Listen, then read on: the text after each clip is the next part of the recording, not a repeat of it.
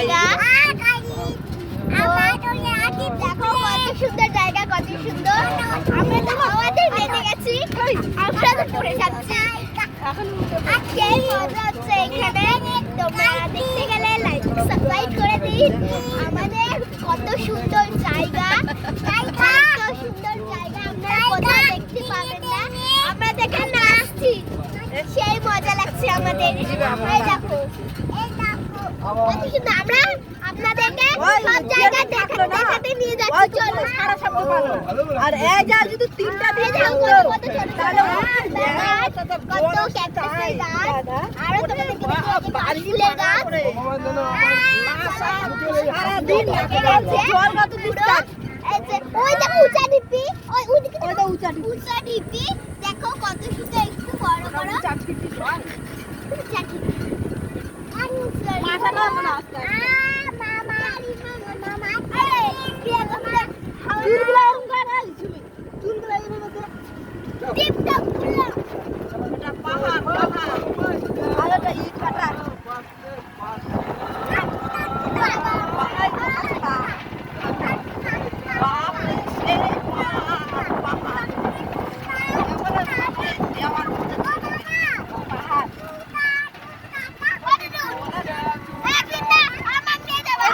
এদিকে গান করে আর হচ্ছে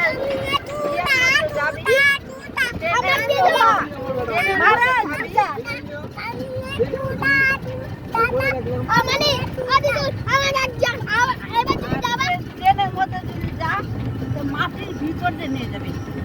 পাতাতে ভয় লাগে, পাতাতে নয়, ওই দেখো মাটির ভিতরে সেই ভয়।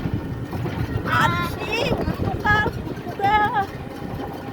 ওই জায়গাটা সবাই গান করে, কীর্তন করে। তাহলে তো ভাই এতদিন কাজ করাটা আপনাদের ফালতু হলো। ঋণ দানা শোধ হলো।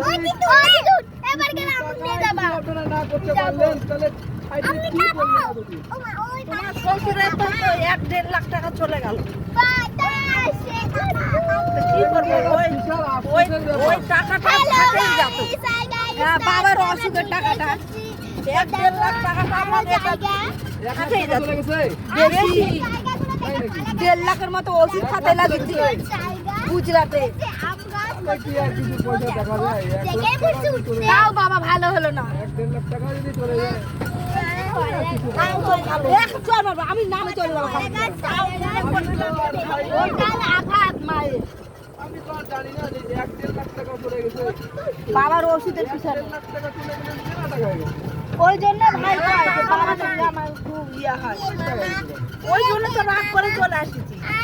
ওই জন্য কয় ভাই যে হেই আমার আসার কথা ছিল না তো। ওই জন্য আমি বলছি 1-1.5 লাখ টাকা তোমার পিছনে খরচা করলাম। কি করলাম?